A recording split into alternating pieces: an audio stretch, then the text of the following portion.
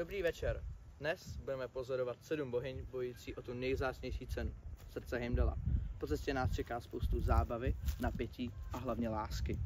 Ahoj, já jsem Heimdall, jsem sympatický milý bůh, hledám nějakou boženu, nějakou jakoby bohyni. Tak jo, máme tady první soutěž. Heimdall, jsem se prvně připravil. Já jsem si prvně připravil 3 důležité otázky, které musí moje budoucí žena vědět. Je to důležité pro naše soužití. A můžeme začít, pane? Můžeme začít. Výborně. Tak dej se. Takže moje první otázka je, jak se jmenuje můj tatínek. Tak bohyně, připravte si odpovědi. Tak, ukažte mi svoje odpovědi za 3, ještě ne, 2, 1, teď. To musí dávat zbýve. Vypají správně z většiny. Ano, velice se mi to líbí, velice správně. Valkýra vypadá Ale jistě. tohle se mi opravdu nelíbí. To je strýček z mého 3. kolene. Chybička se Tak používá. správně, výborně, gratuluji, jsem, že jste to měli správně. Smarty, on chrání. Ježiš, reklama. Moje druhá otázka je, jak se jmenuje můj nádherný roh. Odpověď si vědět za 3, 2, 1, teď. Ano, správně, z většiny správně. Ne, tady to na prstě nevidím. Tak Heimdalle, čeká nás 3. a poslední otázka. Jsi připravený?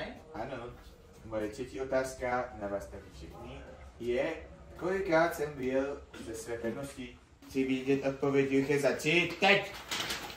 Správně. Ty, Olko, vidíš, jak se mi z tebe koutí rohy?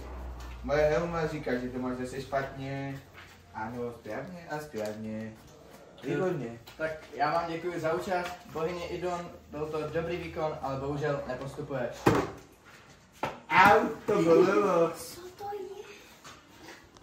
Je mi to jedno, stejně byl nějaký divný. Tak Heimdalle, co jsi vyvěsal teďko? Podle vaší šlehačky soudě, bude to druhá hra a prskněte šlehačkou toho, koho nemáte rádi. Tak jdeme na to.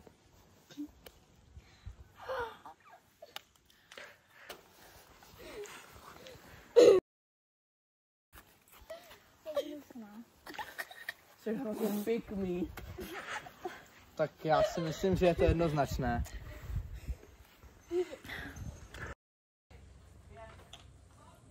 Tak já to čekala. Já stejně věděla, co se stane. Tak Heimdalle, jsme u posledního úkolu. Co jsi pro ně připravil? Já bych hrozně rád viděl, jak to umí s kráckem. Tak, naše překrásné, nádherné bohyně. Máme tady poslední úkol a to je hod klackem. Vezmete svůj klacek a na teď ho hodíte co nejdál. 2, 1, hop! Ty jsi hád na krku. He.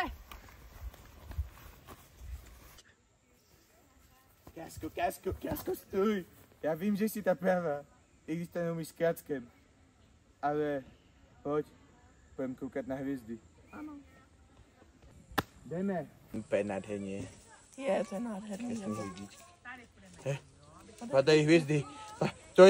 To je jak na rok. Konec světa! To je ale